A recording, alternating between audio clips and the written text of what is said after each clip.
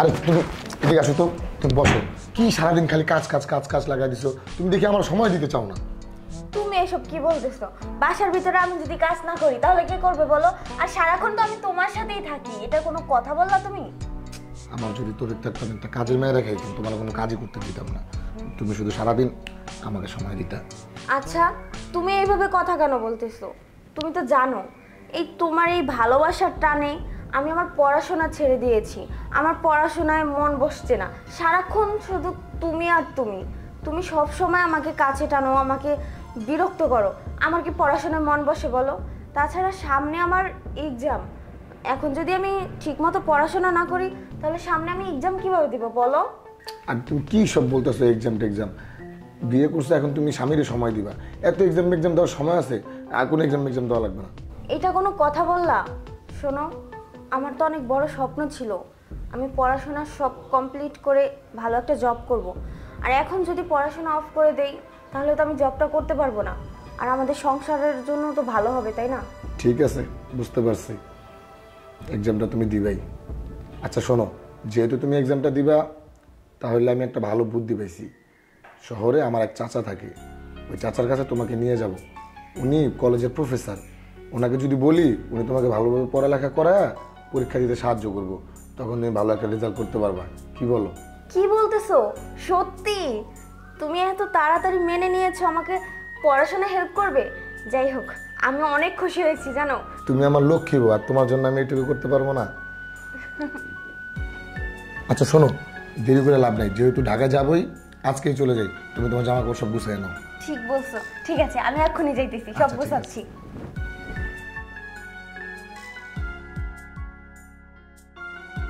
চলো চলো।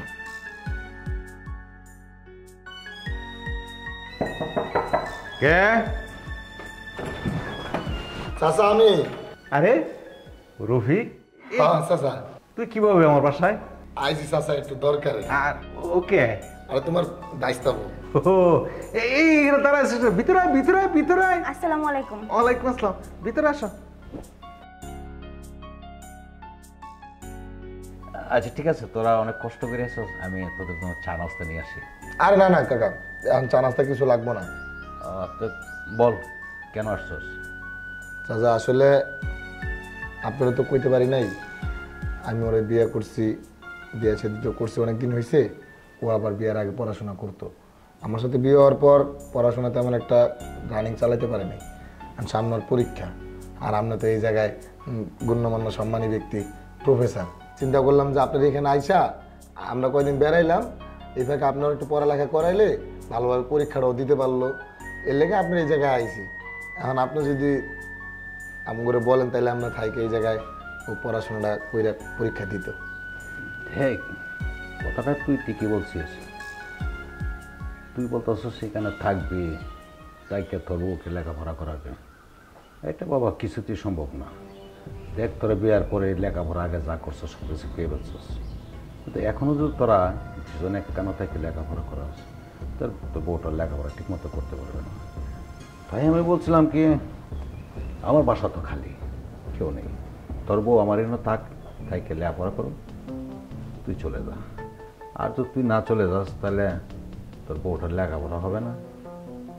আমি মনে করছি সেটাই ভালো। তার থেকে বড় কথা, দেখ আমি এই পর্যন্ত যতগুলা স্টুডেন্ট পড়াইছি সবগুলা স্টার গোল্ডেন পাইছে। আর তোর বউ আমার এখানে লেখাপড়া করবে, যদি সে পরীক্ষাতে খারাপ করে আমার মান ইজ্জত যাবে। সেই জন্য বলছি বাবা তুই বাড়িতে চলে যা। আমার বড় অনেক স্বপ্ন, পড়ালেখা করে বড় হইব, একটা ভালো চাকরি করব, সমস্যা নাই, 3 মাসই তো, আমি কষ্ট মষ্ট করে কাটাই নেব। তারপরও ওর এই জায়গায় রাইখা আপনি একটু সাহায্য করেন পরীক্ষাটা দিতে। যাক ভালো হয়েছে, তোরা ভালো একটা ডিসিশন নিয়েছিস। তোরা থাক, আমি কলেজে যাই, তোরা আলাপ চালিত রাখ। হ্যাঁ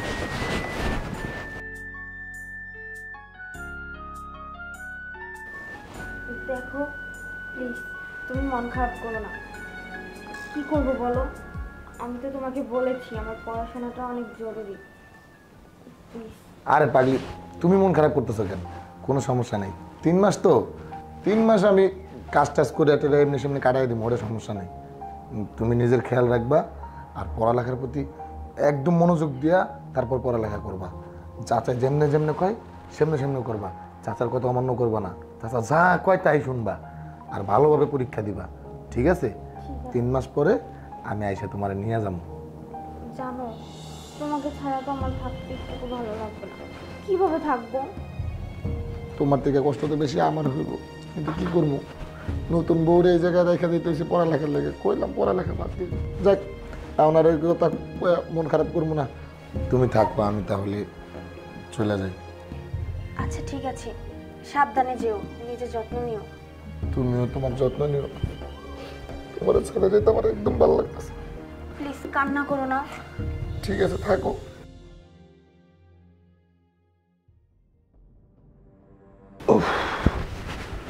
ক্লান্ত হয়েছে, প্রচণ্ড গরম। আমাকে এক গ্লাস পানি খাও তো মা। আচ্ছা ঠিক আছে, আমি আসতেছি।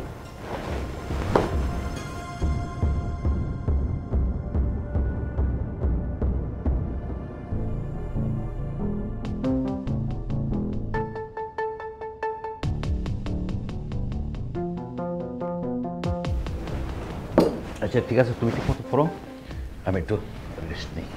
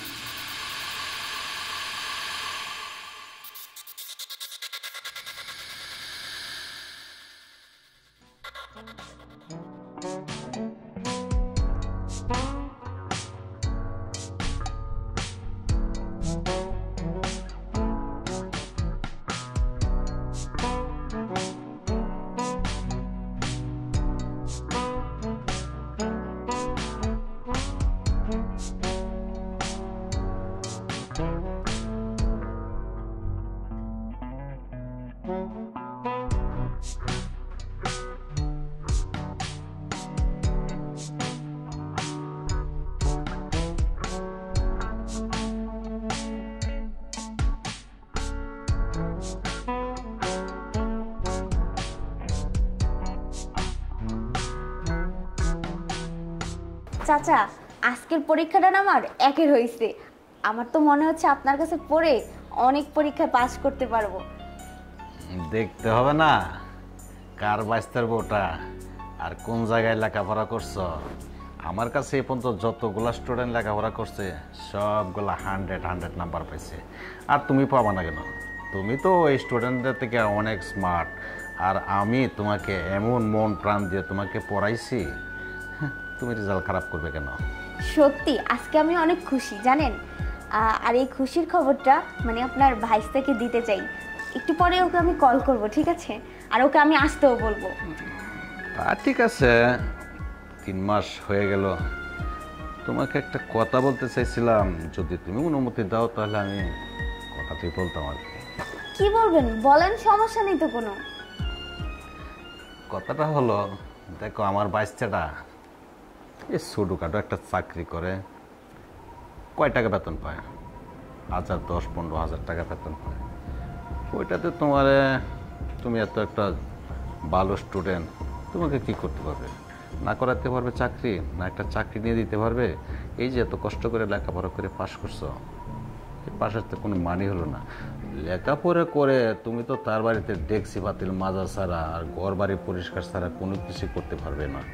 তুমি একজন জোনার স্টুডেন্ট, এত ভালো একটা স্টুডেন্ট, তুমি যদি একটু ভালো জায়গায় যদি তুমি করতে তাহলে তোমার জন্য ভালো হইতো আর কি।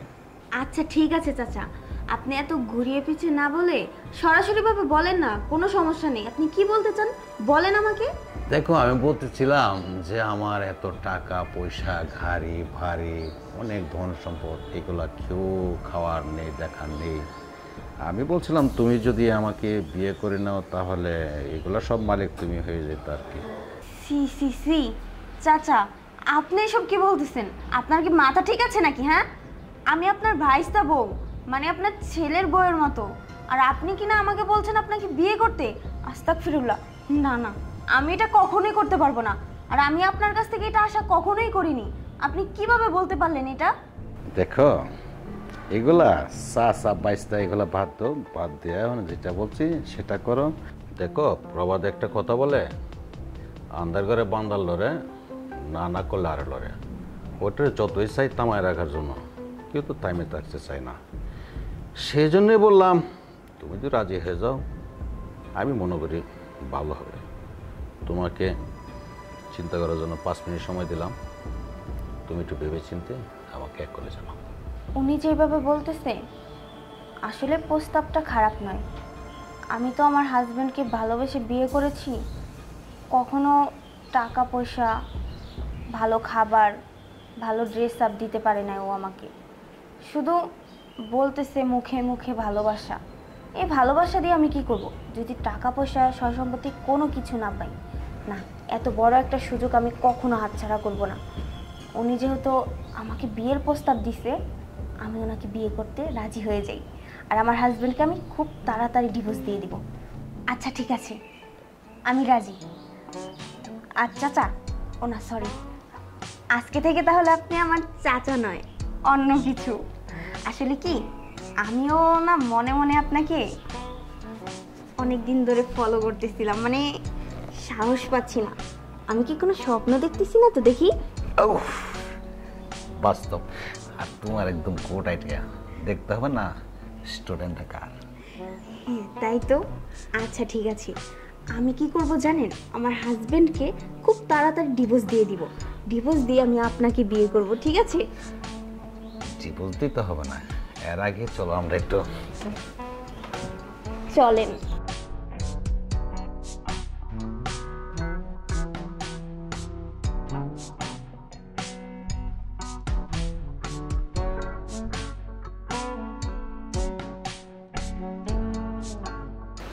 যা ভালো লাগছে না আজকে, আর কথা বলবো না। শরম পেয়েছে। আমার কলিজাটা একদম শান্তি হয়ে গেছে। কতদিন পর তোমার আমি কাছে পাইলাম, 3টা মাস। এই 3টা মাস আমার কাছে 3 বছরের মতো মনে হয়েছে। অবশেষে তুমি আমার কাছে আইলা। আমার মনে আর কোনো কষ্ট নাই, তোমার আর কোনো সময় আমি দূরে যেতে দিব না। বিয়ের পরে আমার জানি কি হয়েছে, আমি বউ ছাড়া একটুও থাকতে পারি না। বউ ছাড়া একটা দিন আমার কাছে 10 দিনের মতো লাগে। তোমার আমি অনেক ভালোবাসি। তুমি আমার চাইলে কোনোদিন কোথাও যাইও না, তোমার বাবার বাড়িও বেড়াইতে যাইবে না আমার ঠিয়া। আমি তোমার অনেক ভালোবাসি, তোমার আমি কোথাও যাইতে দিব না। তুমি খালি আমার ভালোবাসবে, ঘরে কোনো কাজ কাম করার দরকার নেই।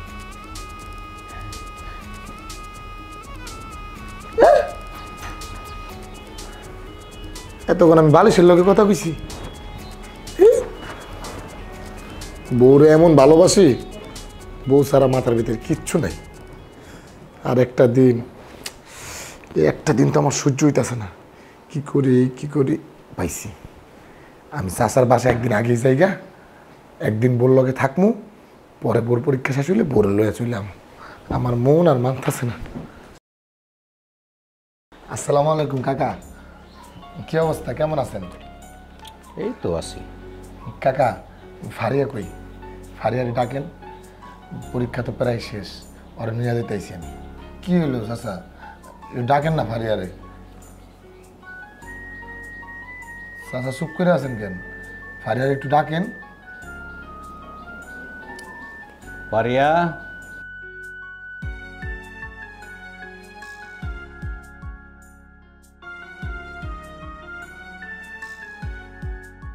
কি ব্যাপার ফারিয়া, তুমি মুখ ঘুরায় রাখছো কেন? তুমি কি আমার চিন্তাছো না? কথা কইতাছো না কেন? চাচা, ফারিয়া কথা কইতাছে না কেন? মুখ ঘুরায় রাখছে কেন? কি আমার চিন্তাছে না? দেখো এটা তোমাদের স্বামী স্ত্রীর ব্যাপার, এখানে আমি নাক গলাতে যাবো কেন? চুপ করো। কি কথা বলবো তোমার সাথে আমি? হ্যাঁ, তুমি আমাকে কেন নিতে আসছো? শোনো, ভালোভাবে একটা কথা বলি। তুমি এখান থেকে গিয়ে তুমি নতুন করে একটা সংসার সাজাও, নতুন করে একটা মেয়েকে বিয়ে করে সুন্দর করে সংসার করো। এটাই তোমার জন্য বেটার, বুঝতে পেরেছো? আমার আশা কখনো করো না। আর আমার আশা করলে তুমি আমাকে কখনোই পাবে না, ঠিক আছে? আর শোনো, তোমার মতো একটা মূর্খ মানুষের সাথে না আমার কখনোই যায় না। আমি এখন অনেক শিক্ষিত একজন মানুষ, আমার আশা বাদ দাও। তুমি এগুলো কি কইতাছো? তোমার মাথা ঠিক আছে? তোমার আমি এখানে রেখে গেছি পড়াশোনা করার লেগা, তোমার এখন নিতে আইছি আমি, আর তুমি আমারে কইতাছো চইলা যাইতে, বিয়া করে নিতে? আমি তোমার সারা বাসুন না। তুমি এগুলো কি কইতাছো আবল তাবল? চাচা কি কইতাছো এগুলা? দেখো, তোমাকে না আমি একবারে বলছি, তোমাদের স্বামী স্ত্রীর ব্যাপার, তোমাদের ভিতরে আমি নাক গলাবো না। তোমার যা মনে করো তুমি তাই করতে পারো, আমার সাথে চেঁচামেচি করবো না। না না না চাচা, নিশ্চয়ই কোনো একটা ঝামেলা হয়েছে। ফারিয়া তুমি আমার কও তো কি হয়েছে, তুমি আমার নির্ভয়ে কও। শোনো, চাচা কি বলবে? যা বলার তা আমি বলতেছি। আমার কথা কি তোমার কানে ঢোকে না নাকি? তুমি সুন্দরভাবে এখান থেকে চলে যাও, আর সময় মতো তোমার ডিভোর্স লেটারটা আমি পাঠিয়ে দিব। আর তুমি আমাকে কখনো সুখে রাখতে পারো না, যে সুখটা উনি আমাকে দিয়েছে। দেখতে পাচ্ছ না আমি কত সুন্দর করে সাজগোজ দিয়ে আছি, আর আমি অনেক পড়াশোনা করেছি। এখন আর আমাকে নিয়ে তোমার ভাবতে হবে না, সুন্দর মতো এখান থেকে চলে যাও। আমি বুঝতে পারছি তুমি আমার কি করতে চাইতেছো, আমি সব বুঝতে পারছি। সমস্যা নেই, ভালো থাকতে চাইতেছো তো ভালো থাকো। আমি তো তোমার ভালোবাসছিলাম, আমি চাই আমার ভালোবাসার মানুষ সবসময় সুখে থাক, যার সাথে থাকুক, কখনো তোমাকে মাঝে বাধা হবো না। আর তুমি একটা কথা ঠিকই কইছো, আমার মতো মূর্খ সাথে তুমি থাকবা কেন? তুমি একটা শিক্ষিত ভাইয়া, আমার সাথে তোমার যায় না। আমি আবেগে তোমার বেশি ভালোবাসছিলাম। যাক, আমি মনে হয় একটু ইমোশনাল হয়ে গেছি। দোয়া করি তুমি ভালো থাকো, সুখে থাকো। আমি তোমার কখনো ডিস্টার্ব করবো না, তোমার পথে কাটা হয়ে দাঁড়াবো না। তোমার আমি ভালোবাসছি তো। আর কি করলে আবার বিয়ে করতে? আমি যদি আর 5টা বিয়েও করি না, তোমার মতো কারোর আমি ভালোবাসতে পারবো না, তাই আমি আর জীবনে বিয়েও করবো না। তুমি ভালো থাকো। চাচা, আপনার দিয়ে এটা আমি কখনো আশা করিনি। সমস্যা নেই, আল্লাহ যদি তৌফিক দেয় কোনো এক সময় আপনারা আমি এরা পোষায় দিব, অপেক্ষা থেকে।